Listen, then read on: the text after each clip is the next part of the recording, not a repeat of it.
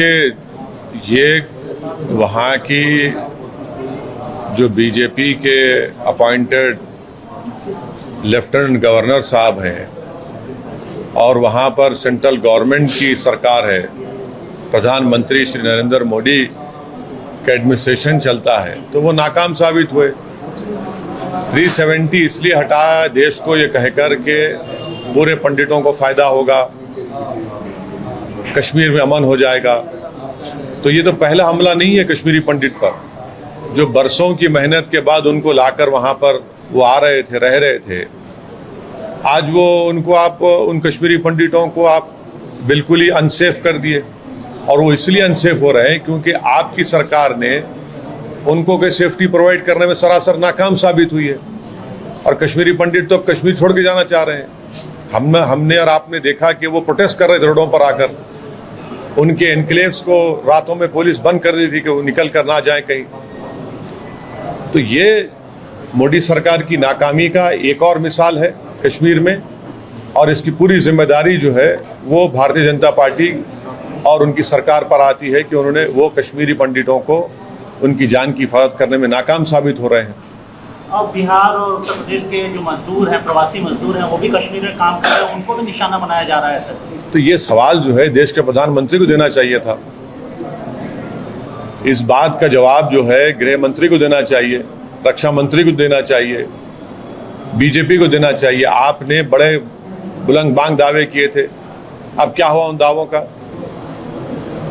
पूरे कश्मीरी पंडित आज डर और खौफ के आलम में जिंदगी गुजार रहे हैं, वो कश्मीर छोड़ना चाहते हैं, और सरकार ये नाकामी है, बीजेपी की नाकामी है। सर, कल प्रधानमंत्री ने अपने भाषण में बहुत कुछ कहा, पंच प्राण को लेकर के 5 बातें जो भारत के लिए अगले आने वाले कई सालों तक इसके बारे में बात की, और जो हमेशा आप बोलते थे कि एक भी मुस्लिम फ्रीडम फाइटर का नाम नहीं लेना पड़ा, तो उन्होंने 2 नाम लिए। और तीसरी बात वेद की औरतों की सुरक्षा के बारे में बात किया उन्होंने। सुनिए, भारत की जंग आज़ादी के लिए प्रधानमंत्री सिर्फ 2 मुसलमानों का नाम लिए तो क्या करूं, मिठे बांटूं मैं? ऐसे हजारों नाम हैं। प्रधानमंत्री को बोलना पड़ा, अशफाकुल्लाह का नाम लेना पड़ा, हजरत महल का नाम लेना पड़ा। ऐसे कई मुसलमान उलमाओं का, मुसलमानों का, जिन्होंने भारत की जंग आज़ादी में अपना खून पसीना भी बहाया, अपनी जानों को कुर्बान भी किया, तो उनका जिक्र करना ज़रूरी है। कैसे हमको 47 में और 1930 की मेहनत से 47 आज़ादी मिली? नहीं, हमको आज़ादी मिली 47 में इसलिए क्योंकि जंग प्लासी में सिराजुद्दौला ने अजीम कुर्बानी दी, फिर बक्सर की जंग हुई, फिर सैयद अहमद शहीद की शहादत हुई बालाकोट में, 1799 में टीपू सुल्तान की शहादत हुई, फिर सन 57 में जंग आज़ादी हुई। तो 47 में इन तमाम का एक सिलसिला चलता रहा। अब रहा सवाल प्रधानमंत्री के भाषण का, जिसमें उन्होंने महिलाओं के बारे में बात कही है। हम प्रधानमंत्री से पूछना चाह रहे हैं कि ये आपका अमृत उत्सव है क्या, कि जिस महिला को जो 5 महीने की प्रेग्नेंट थी, जिसके साथ बलात्कार हुआ, 11 लोगों ने मिलकर उसका रेप किया और उसके परिवार के 4 महिलाओं का रेप और मर्डर कर दिया। बिल्किस बानो को उसके पड़ोसियों ने, जो उसको जानते थे, बिल्किस बानो जो 5 महीने की प्रेग्नेंट थी, उसका बारी बारी से 11 लोगों ने उसका रेप किया, उसके सामने उसके 3.5 साल की बच्ची के सर को पत्थर पर मारकर उसको कत्ल कर दिया, और उसके साथ जो 4 और महिलाएं थी उनका रेप करके उनका मर्डर कर दिया। और ये तमाम के तमाम करने वाले बिल्किस बानो के पड़ोसी थे। बल्कि जब बिल्किस बानो का रेप हो रहा था, तो जो बिल्किस बानो अपने हाथ में चूड़ियां पहनी हुई थी, वो अपने पड़ोसी की दुकान से खरीदी हुई चूड़ियां थी। और बिल्किस बानो को बॉम्बे हाई कोर्ट में वहां पर सजा हुई, बल्कि ना सिर्फ उन 11 लोगों को बल्कि पुलिस के ऑफिसर्स को भी और डॉक्टर्स को भी, क्योंकि वो कनाइफ कर चुके थे एक्यूज के साथ। ये कौन सी अमृत उत्सव की मिसाल भारत के प्रधानमंत्री दे रहे हैं कि उनके गुजरात में भाजपा की सरकार है और एक महिला को, जिसको 11 लोगों ने उसका रेप किया, जो प्रेग्नेंट थी, 3.5 साल की बच्ची, उसकी बेटी को उसके सामने उसकी हत्या कर दी, उसके 4 परिवार के लोगों को कत्ल कर दिया। ये कौन सा है ये? सुप्रीम कोर्ट ने जरूर कहा था एग्जामिन करो, सुप्रीम कोर्ट ने कहा नहीं था ना कि छोड़ दो बोल के। अगर आप छोड़ना चाहेंगे तो फिर आप क्यों नहीं छोड़ते मुंबई ब्लास्ट में जो रुबीना मेमन है, 17 साल से वो भी जेल में है। गुजरात में वडोदरा सीरियल ब्लास्ट में 18 साल से जेल में है। गोधरा के लोग 19 साल से जेल में है। छोड़िए ना इनको भी आप। जो भी डिसीजन भाजपा लेती है वो एक रिलीजियस समुदाय के हक में हमेशा लेती है और कंप्लीटली बायस्ड होकर लेती है। यकीनन सीआरपीसी में प्रोविजन है, मगर इसका यह मतलब नहीं है कि ऐसे हीनियस क्राइम के लिए, और वो भी आज़ादी का अमृत उत्सव हम मना रहे हैं, 75 साल की आज़ादी, और खुद प्रधानमंत्री का लाल किले से खड़े होकर महिलाओं के बारे में, नारी के उसको पावरफुल करने की बातें करते हैं, और ये काम होता है। हम इसका कंडेम करते हैं और देश देख रहा है कि बीजेपी सिर्फ ज़बानी तौर पर महिलाओं की इज्जत, महिलाओं की स्ट्रेंथनिंग की बात करती है, मगर जहां पर बात आती है मुस्लिम महिलाओं की, आप भूल जाते हैं उनको। ये आपकी मोहब्बत है। और रक्षाबंधन के दिन तमाम भाजपा के लोग मुस्लिम खवातीन को बुरखा में, हिजाब में बुला बुला कर अपने हाथों पर राखी बना रहे थे। बिल्किस बानो क्या तुम्हारी बेटी बहन नहीं थी? तुम्हारी बेटी नहीं थी कि एक महिला प्रेग्नेंट है, 3.5 साल की बेटी, उसके सामने हत्या कर दी गई, और उन हत्यारों को आप छोड़ देते हैं। तो छोड़िए ना फिर आप। गोधरा के लोग भी जेल में हैं, रुबीना मेमन भी 17 साल से जेल में है, जबकि गाड़ी तो उसके नाम पे भी नहीं थी। आपका सीरियल ब्लास्ट है, वडोदरा सीरियल, वो भी जेल में, छोड़िए उनको भी आप। मगर आप सिर्फ एक समुदाय के लिए आप बायस्ड हैं, बस। ये भाजपा की असलियत है। सर, मुजफ्फरनगर में कल तिरंगा यात्रा निकाली गई, हिंदू महासभा ने तिरंगा यात्रा निकाली, उसमें नाथूराम गोडसे की तस्वीर के साथ उस यात्रा को निकाला गया। तो योगी सरकार उसका परमिशन दी है। योगी सरकार जो है गोडसे की ताईद में जो जुलूस निकाला गया, वो तो उन्हीं के छत्रछाया में निकाला गया ना। मैं यही तो कह रहा हूं, दिल में गोडसे की मोहब्बत है और जबान पे गांधी का नाम है। जो दिल में जब तक गोडसे की मोहब्बत रहेगी तो आप गांधी के पैगाम को क्या समझेंगे? जब तक गोडसे की मोहब्बत दिल में रहेंगी, आप अंबेडकर के संविधान को कहां मानेंगे आप? ये असलियत है कि आप गोडसे की फोटो लगाकर एक जुलूस निकाला जा रहा है। क्या पैगाम दिया जा रहा है आजादी के अमृत उत्सव के दिन मुजफ्फरनगर में? पंडित नेहरू प्रधानमंत्री के भाषण में उनका कोई जिक्र नहीं आया। सर, लाल किले से भारत के पहले प्रधानमंत्री का नाम अभी के मौजूदा प्रधानमंत्री ने एक बार भी उनका जिक्र नहीं किया। देखिए, जिन लोगों ने 12-15 साल जेल में रहे, नेहरू, और जेल में रहकर उन्होंने डिस्कवरी ऑफ इंडिया किताब लिखी, तो इनका कंपैरिजन नहीं करना चाहिए किसी से। ये हमारे देश के पहले प्रधानमंत्री थे।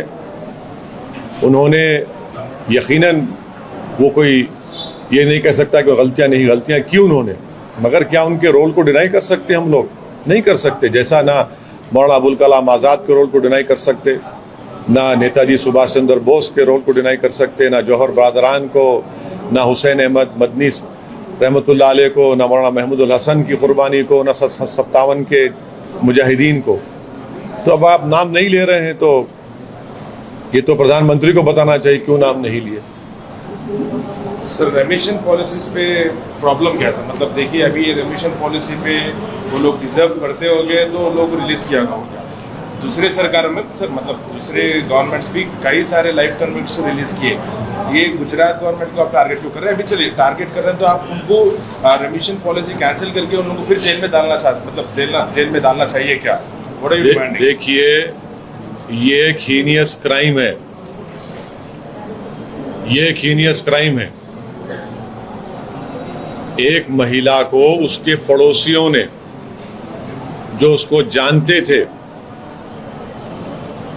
जो 5 महीने की प्रेग्नेंट थी, उसके साथ उसके परिवार के 4 महिलाएं थे, उनका रेप और उनका मर्डर हुआ।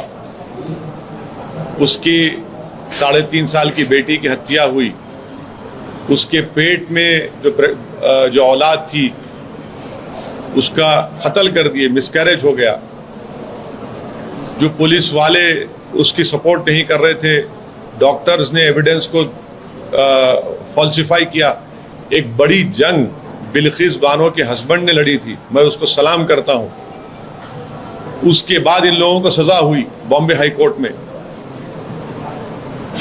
और आप इनको रिमिशन के नाम पर इनको आप छोड़ देते हैं। ये एक हीनियस क्राइम है ना।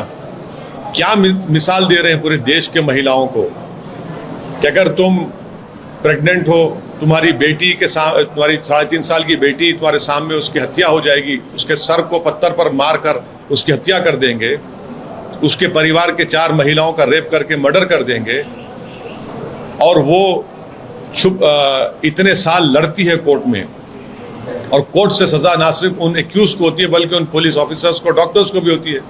आप क्या मैसेज दे रहे हैं? कौन से महिला की शस्त्रीकरण की बात कर रहे हैं आप? कौन से महिला के एम्पावरमेंट की बात कर रहे हैं? सुप्रीम कोर्ट ने कहा कि एक एक्यूज गया था, एग्जामिन करो। कमेटी तो गवर्नमेंट के महत्व आती है ना। कमेटी तो गुजरात गवर्नमेंट की बनाई हुई है, कलेक्टर उनका अपॉइंटी है। तो आपकी कोई मॉरल रिस्पॉन्सिबिलिटी नहीं है, कोई कॉन्स्टिट्यूशनल रिस्पॉन्सिबिलिटी नहीं है कि जिस महिला के नेबर्स ने उससे इस तरह की गलत हरकत की, आप उनको छोड़ रहे हैं। और वो भी आज़ादी के अमृत उत्सव सारे देश में मनाया जा रहा है। प्रधानमंत्री लाल किले के खड़े होकर महिलाओं के एम्पावरमेंट की बात करती है। कौन सा अमृत उत्सव के दिन हो रहा है ये? तो फिर रुबीना मेमन 17 साल से जेल में छोड़ी ना, उसको क्यों नहीं छोड़ा था रुबीना मेमन को? क्या कल एक ऐसा दिन भी आएगा कि जो दिल्ली में जिस बच्ची के साथ रेप हुआ था, क्या चंद साल के बाद बीजेपी छोड़ देगी उनको भी? क्या उनकी तो फांसी भी होगी उन लोगों को, दूसरे भी कई जेलों में हैं, तो उनको भी छोड़ देंगे आप? तो ये गलत मैसेज गया है। बहुत गुजरात गवर्नमेंट ने बहुत गलत डिसीजन लिया, गलत मैसेज गया है। और ये इसमें मैसेज में ये भी है कि अगर कोई एक समुदाय के हक में बीजेपी हमेशा डिसीजन लेती है, ये तुष्टीकरण की राजनीति बीजेपी कर रही है। आप डिमांड क्या करते हैं सर? मतलब उनको फिर जेल में डालना चाहिए या फिर क्या करना चाहिए? अब लीगली क्या हो सकता है मुझे नहीं मालूम। लीगली अगर पॉसिबल है तो लीगली उनका रिमिशन कैंसिल होना चाहिए। आप कैसे छोड़ सकते हैं? क्या जो पड़ोसी है, रहकर पड़ोसी थे बिल्किस बानो के लोग, जब बिल्किस बानो का रेप हुआ तो वो जो रेप एक्यूज की दुकान से बिल्किस बानो उसके चूड़ियां पे खरीद कर पहनी हुई थी, वो चाचा चाचा कहकर पुकार रही थी, और उन्हीं को आप छोड़ दिए। क्या मैसेज दे रहे हैं महिलाओं की सुरक्षा के बारे में भाजपा वाले? सर, टीपू सुल्तान के ऊपर, सावरकर के ऊपर काफ़ी विवाद हो रहा है, और कई जगहों पर तो इसका वो जो विवाद है वो काफ़ी ज़्यादा वायलेंस का रूप भी अख्तियार कर रहा है। ये पूरा विवाद क्यों देखते हैं, खासतौर पे जब हम 75 ईयर ऑफ इंडिपेंडेंस मना रहे हैं? जब पहली जो कॉन्स्टिट्यूशन की किताब लिखी गई थी, जो भारत के पार्लियामेंट में है, उसमें किस किस की फोटो है, किसकी फोटो नहीं है, देख लीजिए जाके, आपको पता चल जाएगा कौन पता चला। और क्या सावरकर का सुप्रीम कोर्ट के रिटायर्ड चीफ जस्टिस के कमीशन में नहीं कहा गया कि सावरकर महात्मा गांधी की हत्या में कॉम्प्लिसिट है, कॉन्स्पिरेसी में शामिल है? कपूर कमीशन की रिपोर्ट नहीं है क्या? वो रिपोर्ट में है वो बात। अभी पिक्चर भी बना रहे हैं सर, सावरकर के बाद से सावरकर पे फिल्म भी बनाई जा रही है। हाँ, जो करते करिए। आप तो तारीख को उल्टा करना चाह रहे हैं आप, तारीख को उल्टा करके पेश करना चाह रहे हैं। सर जैसा आप like you have said there were several people freedom fighters whose role can't be denied. Same as well, you know, we can't deny the role of Savarkar in the freedom Yes, fighting. we cannot deny his role in the murder of Mahatma Gandhi. You have to read the Justice Kapoor Commission report. You cannot deny the fact that he wrote mercy letters to the Britishers. strategy, sir. It is strategy, okay. I didn't knew that writing mercy letters and praising the Britishers. And also I didn't know this strategy was that after the murder of Allah Bakhsh, a government was formed with Mr. Savarkar's party and Mr. Jinnah's party together in alliance. When the call of Quit India movement was made, I didn't know it was strategy that Mr. Savarkar and Mr. Jinnah were not in favor of Quit India movement. I didn't know that. I mean, this is a new information to me. But Savarkar was referred and mentioned by Prime Minister in his speech also. Yes, he has to refer it. He has to refer it because it's an ideological thing for him. People who believe in Indian nationalism and people who believe in Hindutva nationalism are different people. So you believe, sir, Savarkar had no role in our freedom struggle? I believe that Mr. Savarkar, according to Justice Kapoor Commission report, was part of the group in the murder of Mahatma Gandhi. I believe that there are letters in public domain where he wrote for mercy from Britishers. I believe that his Hindu Mahasabha, after the killing of Allah Bakhsh, they were part of a coalition with Muslim League. I believe that Hindu Mahasabha, when the call of Quit India was given, they were in alliance with Muslim League. This is what I believe in, and these are historical facts which you and me cannot deny it.